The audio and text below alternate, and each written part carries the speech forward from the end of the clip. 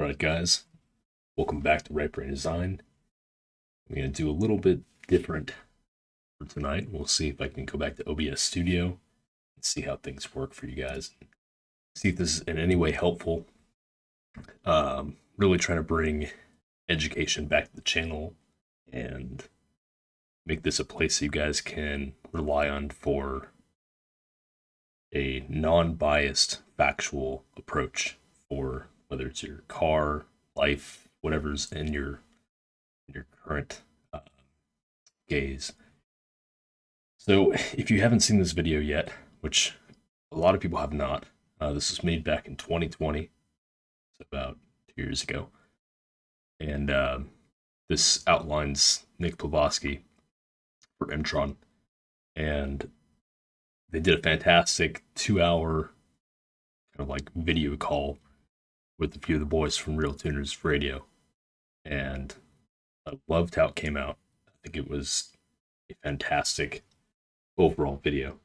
So if you want to learn a little bit about what's capable in Emtron, this might be the best overview all in one without paying for classes or doing something like that. So check it out. Real Tuners Radio, Nick Plavosky of Pavlotech. He's Emtron's North America tech support. Fantastic guy. He's actually the guy who will be tuning alongside me with my car. So it's a very special thing that I was able to get. What I'm going to be going over tonight, real simple, is engine functions for boost control and how I have my car configured. Okay, so I'm doing something a little bit unique. This is of course for semi-perfect port half bridge 13BT, and I have dual 3-port Macs. The idea of going dual 3-port Mac is, one, they're characterized very well. Two, their tolerance for a boost control, as far as like the fidelity of which it can hold boost control, is much tighter than a 4-port. What I could see if I were doing fully open loop tuning, or even closed loop for that matter, I could have a 3-port is generally active and can be within a 1 to 2 psi tolerance with a relatively loose closed loop control. Now on a 4-port, if it's not perfectly set up, because the actual stroke of the 4-port is larger, you can get a discrepancy from 3 to 5 psi on the 4-port actuation. So, okay, how do you do a dual 3-port? Well, there's a few different ways of doing it. I can look up for you right here as I've got OBS open. There's a phase, antiphase, and this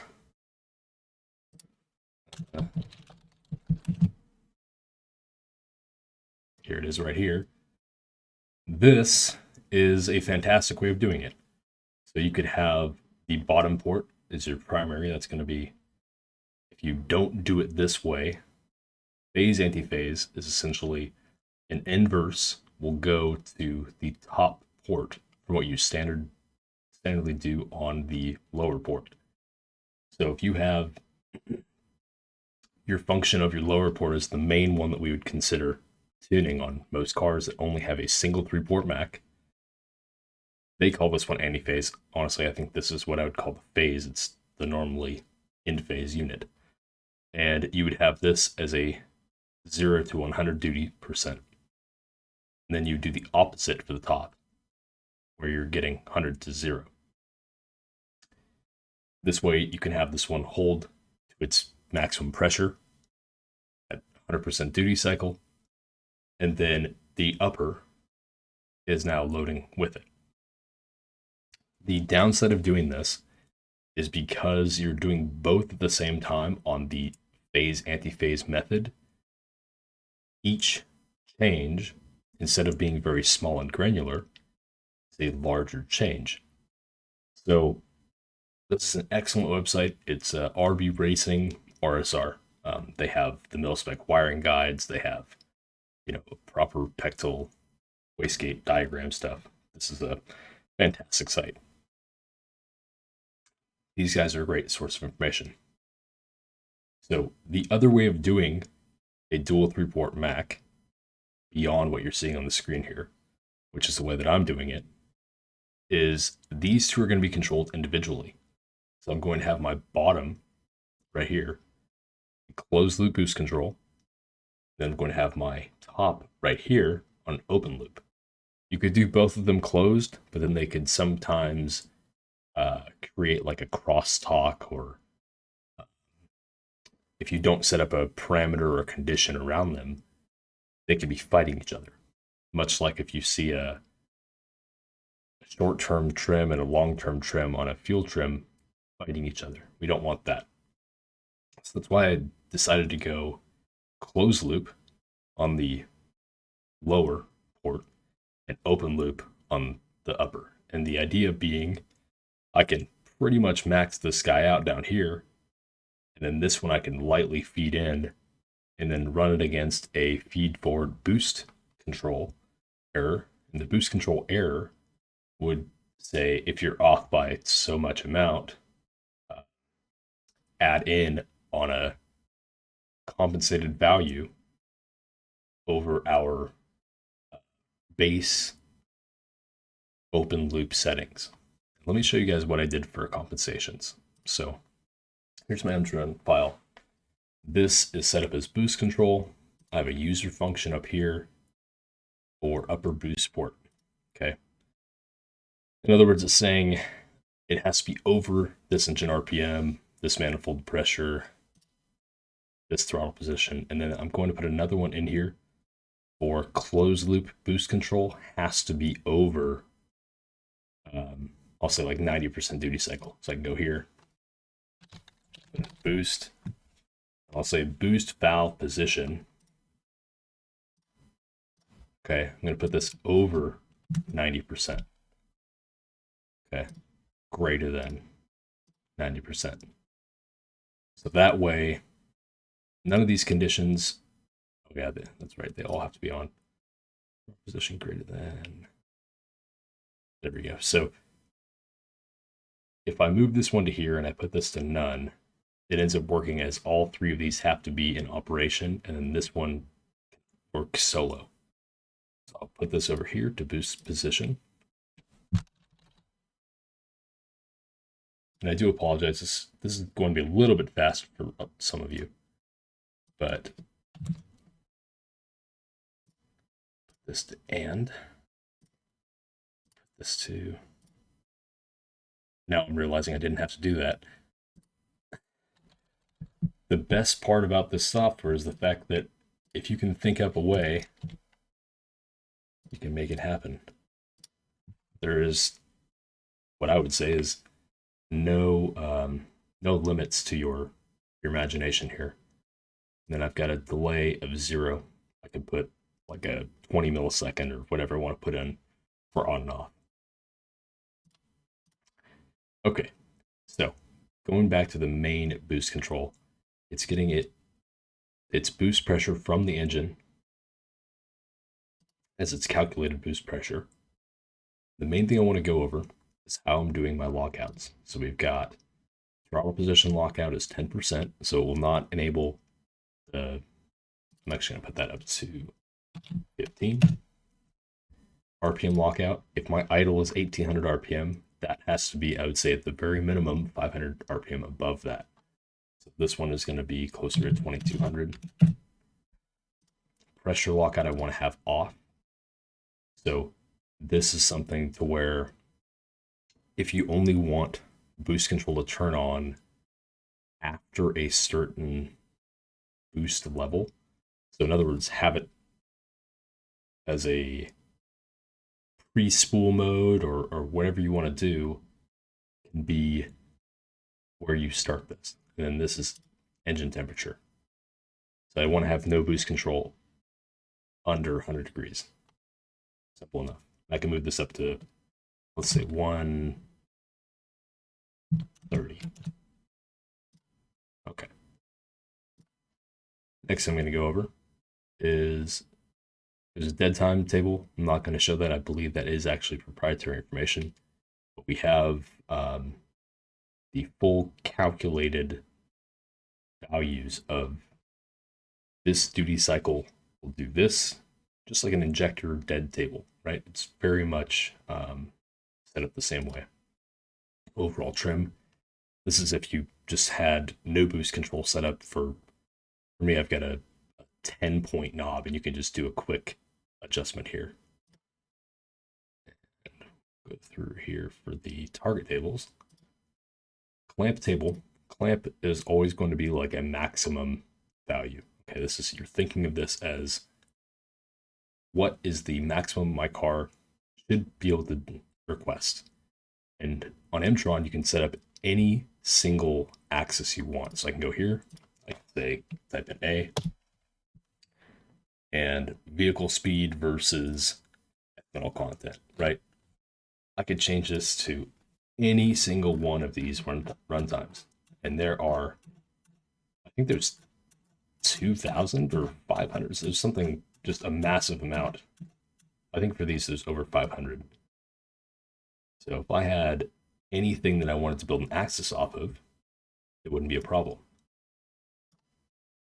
For me, I chose vehicle speed because I'm trying to treat it like a traction control without being traction control before we need to get into that.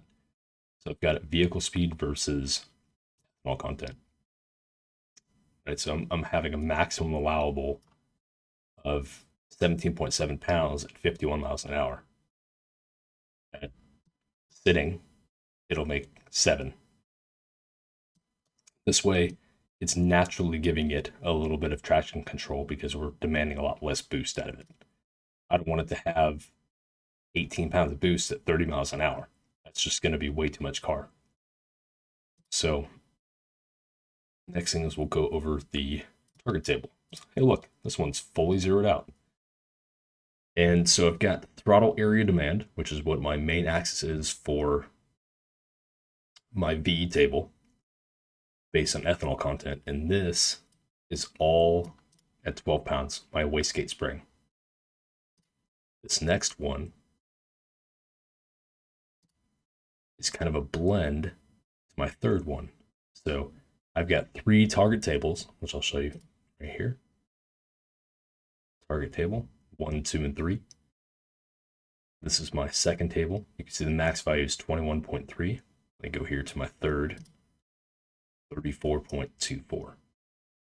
So you're probably thinking, Ryan, why would I have 3 tables of boost control? What am I doing to control my actual boost target of throttle area demand versus ethanol content?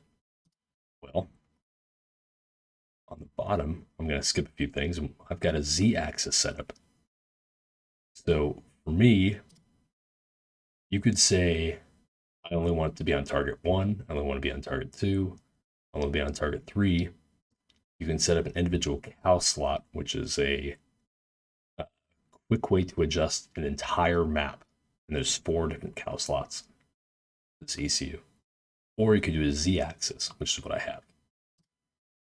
Z-axis allows me to say when my rotary position dial, little Cybex 10 position analog thing, when it's at 0 all the way to the left, I want you to target 12 psi. And when you're at all the way to the right, I want this to be 3, table 3. So if we look here, all the way to the right is my boost control 3. 2 value is this. 1 value is this. And it's a linear blend between these tables. So that's a real quick and dirty of how I've got the boost control on a dial, how I want to do that, and then how the ECU is targeting that part. But the most important part of boost control is going to be you creating your initial position table. This is what you call a feed forward table.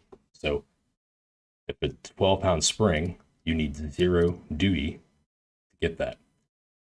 To get 14 pounds at each of these given RPM points, I might need 10% duty cycle or 8% duty cycle to hit these targets of 14 pounds of boost at this RPM. That's because the VE, we're assuming, is going to be peaking right here. That's why these values are lower. So when a turbo and engine combination has a peak of efficiency, it's going to need less boost control to be active.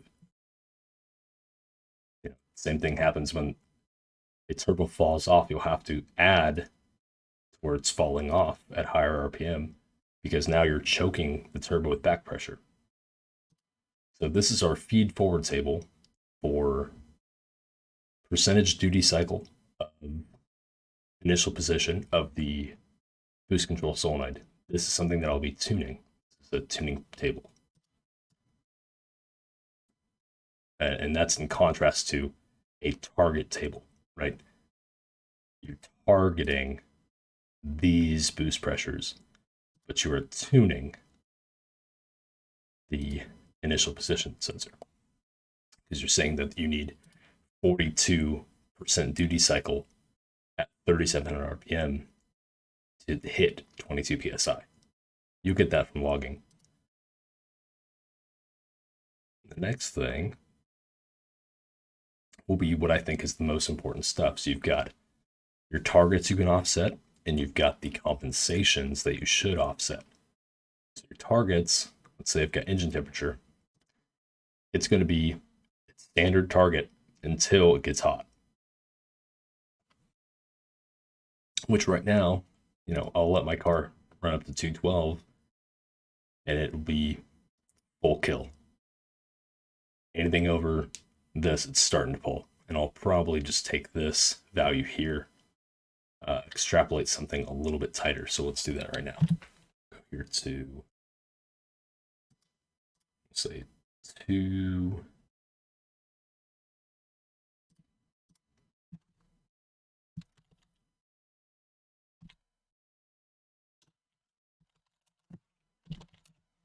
Go 225.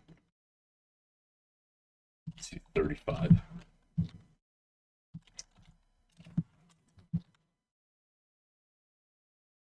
265.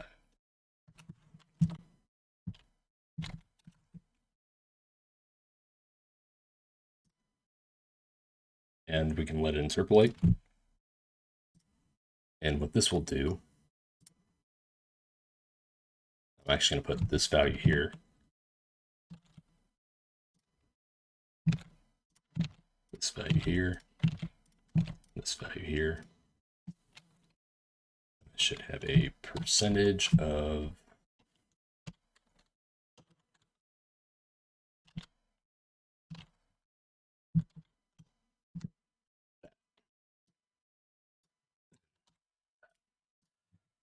so this is changing my target PSI very, very quickly if I'm over 212.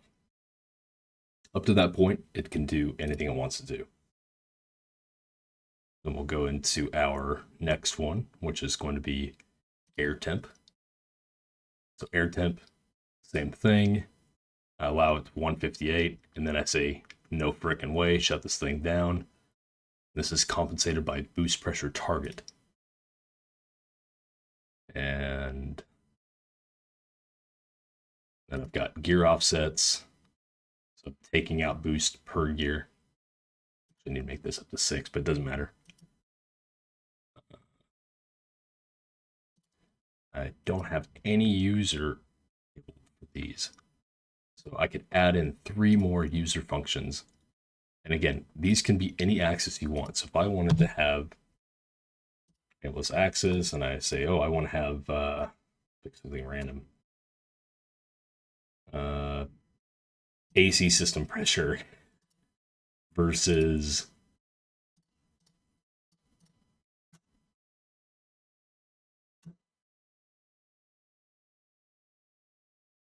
Oh, I just saw one that was good.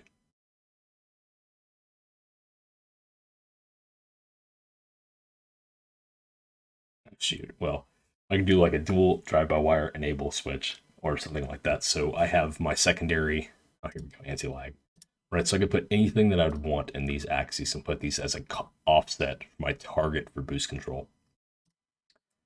So for now, we're going to leave that off.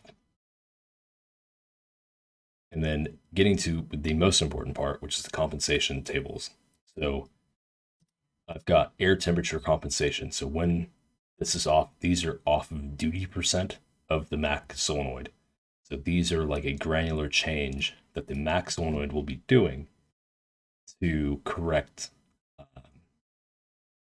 percentage duty cycle off that unit. When the air temp is cold, the MAC solenoid, due to air pressure and density of air, is 15% less, or yeah, 15% less duty cycle to reach the same target. And then it is pretty much good to go here. We can stay on that, and then boost control can handle itself to be in control over that temperature. Next one I have is gear comp, taking out 12% duty cycle second gear and below. It's a little bit like a pre-staging to traction control. And oops. My last one I did is exhaust pressure. Sorry, that wasn't it. I need to set this one up. Exhaust pressure compensation. So because I have EMAP on this car, I can change if exhaust pressure goes up to a certain limit. I can change the offset of how much I want to do for my boost control, which I'll do last. I won't do that for this video, but I just made this user comp 1 a moment ago, which is if my EGT of the front runner goes over this, pull out this amount of duty cycle based on boost target. So as the engine goes up in temperature, it's naturally pulling boost off of its compensation. So I can do this on here, or the better way, which I'm going to do later, is going to move this off to the actual target. The target offset is going to be this one, instead of the compensation being this one. And then this is your whole actual boost control, which is the boost PID, min max, and then how to make it hit its targets. These things, I believe, are also a little bit more proprietary. I will not be showing these. So hopefully that helps. It's just one simple thing that we can go over with setting up boost control for a car, different ways of doing it. This upper one, I don't think I'm going to show you guys the exact way that I did it, but I explained it good enough to where you can see this one I'm designing to be maxed out and controlled by the ECU in a closed loop manner. That's using all of the feed forward tables and using all of the compensation and offset and the PID. And then this one is just a very simple, with 4 parameters as you saw me set up, offset of a purely open loop, just kind of like this, but it's a 3D or 4D or 5D or 6D table or set of tables to get the control that I want for this one. So that is what I think the proper way of taking a 12-pound boost pressure spring and wanting to get 40 pounds out of it accurately, not regular, not something that you can't do a traction control off of, so on and so forth. So hopefully you guys like this one. A lot of this is going to be, how do you say it, a little bit over people's heads, but I want it to be that way. If you are challenging yourself and learning this sort of stuff, I would love to make it relatable to everyone. So the problem that I'm seeing is, you've got all these companies out there doing their ECU training stuff, and it's so low level, entry level stuff that a lot of you are going to reach a point where you say, why is this what they're teaching? Because it doesn't apply to me anymore. You need to know how far apart the entry level is to the motorsport level. I'm trying to bridge that gap. So hopefully this helps. All right, y'all. Catch you in the next one. Cheers. See you.